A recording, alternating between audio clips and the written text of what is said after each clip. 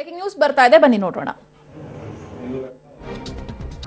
ಜನಪ್ರತಿನಿಧಿಗಳು ಅನ್ಸ್ಕೊಂಡವರು ಮಾಡೋದೇ ಹೀಗೆ ನೋಡಿ. ಶೋಭಕ್ಕನ ಮನೆಗೆ ಕಳಿಸಿ ಮೋದಿಯನ್ನ ಉಳಿಸಿ. ಉಡುಪಿ ಚಿಕ್ಕಮಗಳೂರು ಬಿಜೆಪಿ ಸಂಸದೆ ವಿರುದ್ಧ ಇದೀಗ ಅಸಮಾಧಾನ ಭುಗಿಲೆದ್ದಿದೆ. 5 ವರ್ಷಕ್ಕೆ ಕ್ಷೇತ್ರಕ್ಕೆ ಚುನಾವಣೆ ಹೊತ್ತಲ್ಲೇ ಬರುವಂತಹ ಹಾರುವ ಅತಿಥಿ ಅನ್ನೋ ಹೆಸರನ್ನ ಕೂಡ ಪಡ್ಕೊಂಡಿದ್ದಾರೆ.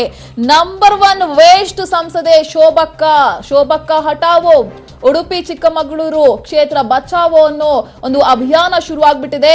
ಎಲೆಕ್ಷನ್ ಹೊತ್ತಲ್ಲೇ ಫೇಸ್ಬುಕ್ ನಲ್ಲಿ ಇದೀಗ ಬಿಜೆಪಿಯ ಕಾರ್ಯಕರ್ತರೇ ಅಭಿಯಾನವನ್ನ ಶುರು ಮಾಡ್ಕೊಂಡಿದ್ದಾರೆ ಅಂತ ಹೇಳಿದ್ರೆ ನೋಡಿ, ಎಂತಹ ಜನಪ್ರತಿನಿಧಿ.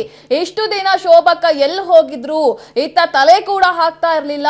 ಏಕಾಏಕಿ ಇದೀಗ ಇವ್ರಿಗೆ ಕ್ಷೇತ್ರ ನೆನಪಾಗ್ಬಿಟ್ಟಿದೆಯಾ? ಯಾಕಂತ ಹೇಳಿದ್ರೆ ಇನ್ನೇನು ಕೆಲವೇ ದಿನಗಳು ಬಾಕಿ ಇದೆ ಈ ಲೋಕಸಭಾ ಎಲೆಕ್ಷನ್ಗೋಸ್ಕರ.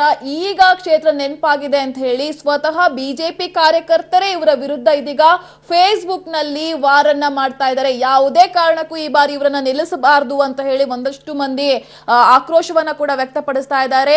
ಗಮನಿಸ್ತಾ ಇದೀವಿ, ಸಾಕಷ್ಟು ರೀತಿಯ ಬೆಳವಣಿಗೆಗಳು ಕೂಡ ಆಗ್ತಾ ಇದೆ. ಎಲೆಕ್ಷನ್ ಹೊತ್ತಲ್ಲೇ ಫೇಸ್ಬುಕ್ ನಲ್ಲಿ ಬಿಜೆಪಿ ಕಾರ್ಯಕರ್ತರಿಂದಲೇ ಅಭಿಯಾನ ಶುರುವಾಗಿದೆ. ಈ ಬಗ್ಗೆ ಇನ್ನಷ್ಟು ಮಾಹಿತಿಯನ್ನು ಕೊಡ್ತಾರೆ ನಮ್ಮ ರಿಪೋರ್ಟರ್ ದೀಪಕ್, ಯಾವ ರೀತಿ ಬಿಜೆಪಿ ಕಾರ್ಯಕರ್ತರೇ ಇಲ್ಲಿ ಶೋಭಕ್ಕನ ವಿರುದ್ಧ ಆಕ್ರೋಶವನ್ನ ವ್ಯಕ್ತಪಡಿಸುತ್ತಿದ್ದಾರೆ?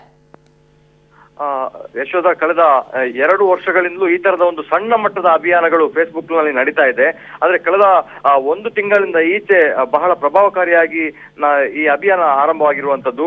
ಸುಮಾರು 3-4 ಫೇಸ್ಬುಕ್ ಪೇಜ್ಗಳು, 10ಕ್ಕಿಂತಲೂ ಹೆಚ್ಚು ವಾಟ್ಸ್ಆಪ್ ಗ್ರೂಪ್ಗಳ ಮೂಲಕ ಗೋ ಬ್ಯಾಕ್ ಶೋಭಾ ಅನ್ನೋ ಹೆಸರಿನಲ್ಲಿ ಅಭಿಯಾನ ನಡೀತಾ ಇದೆ. ಶೋಭಾ ಕರಂದ್ಲಾಜೆ ಅವರು ಇಲ್ಲಿನ ಕಾರ್ಯಕರ್ತರ ಕೈಗೆ ಸಿಗೋದಿಲ್ಲ ಮತ್ತು ಸ್ಥಳೀಯ ಚುನಾವಣೆಗಳು ನಡೆದಾಗ ಮತ್ತು ಕಳೆದ MLA ಚುನಾವಣೆಯಲ್ಲಿ ಶೋಭಾ ಕರಂದ್ಲಾಜೆ ಅವರು ಎಲ್ಲಿಯೂ ಕೂಡ ಕ್ಯಾಂಪೇನ್ಗೆ ಬಂದಿಲ್ಲ ಮತ್ತು ಯಾವೆಲ್ಲ ಕಾರ್ಯಕರ್ತರ ಸಭೆಯನ್ನು ಆಯೋಜಿಸ್ತಾರೆ ಅಲ್ಲಿಗೂ ಕೂಡ ಬಂದಿಲ್ಲ ಅನ್ನುವಂಥದ್ದು ಪ್ರಮುಖ ಆರೋಪ. ಅದರ ಜೊತೆಗೆ ಕಳೆದ 2014ರ ಚುನಾವಣೆಯಲ್ಲಿ ಶೋಭಾ ಕರಂದ್ಲಾಜೆ ಗೆಲ್ಲಬೇಕು, ಮೋದಿ ಪ್ರಧಾನಿ ಆಗ್ಬೇಕು ಅಂತ ಹೇಳಿ ಸಾಕಷ್ಟು ದೇವಸ್ಥಾನಗಳಲ್ಲಿ ಹರಕೆಗಳನ್ನು ಕೂಡ ಕಾರ್ಯಕರ್ತರು ಹೊತ್ಕೊಂಡಿದ್ರು. ಆದ್ರೆ ಈ ಹರಕೆಯನ್ನ ತೀರಿಸಲಿಕ್ಕೂ ಕೂಡ ಶೋಭಾ ಕರಂದ್ಲಾಜೆ ಅವರು ಕೈಗೆ ಸಿಗ್ತಾ ಇಲ್ಲ. ಹಾಗಾಗಿ ದೇವರ ಹರಕೆ ಕೂಡ ಬಾಕಿಯಾಗಿದೆ ಅನ್ನುವಂಥದ್ದು ಸ್ಥಳೀಯರ ಆರೋಪ.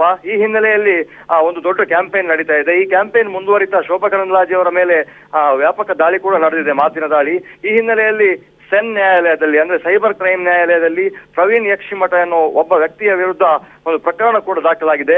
ಈ ಪ್ರಕರಣ ದಾಖಲಾಗಿದ ನಂತರ ಸಾಕಷ್ಟು ಅಸಮಾಧಾನ ಭುಗಿಲೆದ್ದಿರುವಂತದ್ದು. ನಾವು ಈ ಬಾರಿಯ ಚುನಾವಣೆಯಲ್ಲಿ ನಮ್ಮ ಶಕ್ತಿ ಏನು ಅನ್ನೋದನ್ನ ತೋರಿಸ್ತೇವೆ ಶೋಭಾ ಕರಂದ್ಲಾಜೆಗೆ ಅನ್ನುವಂತ ಒಂದು ಆಕ್ರೋಶದ ಮಾತುಗಳನ್ನ ಆಡ್ತಾ ಇದ್ದಾರೆ. ಅದರ ಜೊತೆಗೆ ಅಭ್ಯರ್ಥಿಯನ್ನ ಬದಲಾವಣೆ ಮಾಡಬೇಕು ಅನ್ನೋದು ಪ್ರಮುಖವಾದ ಒಂದು ಒತ್ತಾಯ. ಯಶೋಧ, ಈಗ ತಮ್ಮ ಪಕ್ಷದವರೇ ಈ ರೀತಿ ಆಕ್ರೋಶವನ್ನ ವ್ಯಕ್ತಪಡಿಸೋದು ಒಂಥರ ಇದು ಶೋಭಕ್ಕಗೆ ಶೇಮ್ ಅನ್ಸಲ್ವಾ? ಖಂಡಿತವಾಗಿ ಶೇಮ್ ಅಂತ ಅನ್ನಿಸ್ತದೆ. ಕಳೆದ 15 ದಿವಸಗಳಿಂದ ಈಚೆ ಒಂದು ದೊಡ್ಡ ಮಟ್ಟದ ಈ ತರದ ಅಭಿಯಾನ ನಡೀತಾ ಇದೆ. ಇದಕ್ಕೆ ಸ್ಥಳೀಯ ಶಾಸಕರು, ಉಡುಪಿಯಲ್ಲಿ 5 ಮಂದಿ ಶಾಸಕರಿದ್ದಾರೆ, ಬಿಜೆಪಿಯ ಶಾಸಕರು, ಯಾರು ಕೂಡ ಒಂದು ರಿಯಾಕ್ಷನ್ ಅನ್ನ ಕೊಟ್ಟಿಲ್ಲ. ಅದರ ಜೊತೆಗೆ 15 ದಿವಸದ ಹಿಂದೆ ಒಂದು ಬಿಜೆಪಿ ಪಕ್ಷದ ಒಳಗೆ ಸಭೆ ನಡೆದಿತ್ತು. ಈ ಬಾರಿ ಕ್ಯಾಂಡಿಡೇಟ್ ನ ಆಯ್ಕೆಯ ಪ್ರಕ್ರಿಯೆಯ ಬಗ್ಗೆ ಒಂದು ಸಭೆ ನಡೆದಿತ್ತು. ಈ ಸಭೆಯಲ್ಲೂ ಕೂಡ ಶೋಭಾ ಕರಂದ್ಲಾಜೆ ಅವರೇ ಈ ಬಾರಿ ಕೂಡ ನಮ್ಮ ಕ್ಷೇತ್ರಕ್ಕೆ ಅಭ್ಯರ್ಥಿ ಆಗ್ಬೇಕು ಅನ್ನೋ ಒಂದು ಮಾತುಗಳು ಯಾರಿಂದಲೂ ಕೂಡ ಕೇಳಿ ಬಂದಿಲ್ಲ.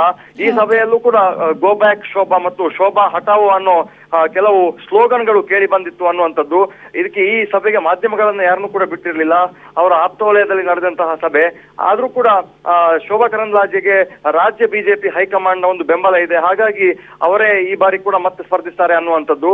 ಅದರ ಜೊತೆಗೆ ಶೋಭಾ ಕರಂದ್ಲಾಜೆ ಅವರು ಮಾಧ್ಯಮಗಳಲ್ಲಿ ಕಾಣಿಸ್ಕೊಳ್ತಾರೆ, ಅವರು ಫೀಲ್ಡ್ ಗೆ ಬರ್ತಾ ಇಲ್ಲ ಅನ್ನುವಂಥದ್ದು ಒಂದು ದೊಡ್ಡ ಆರೋಪ. Yashoda, okay, thank you Deepak.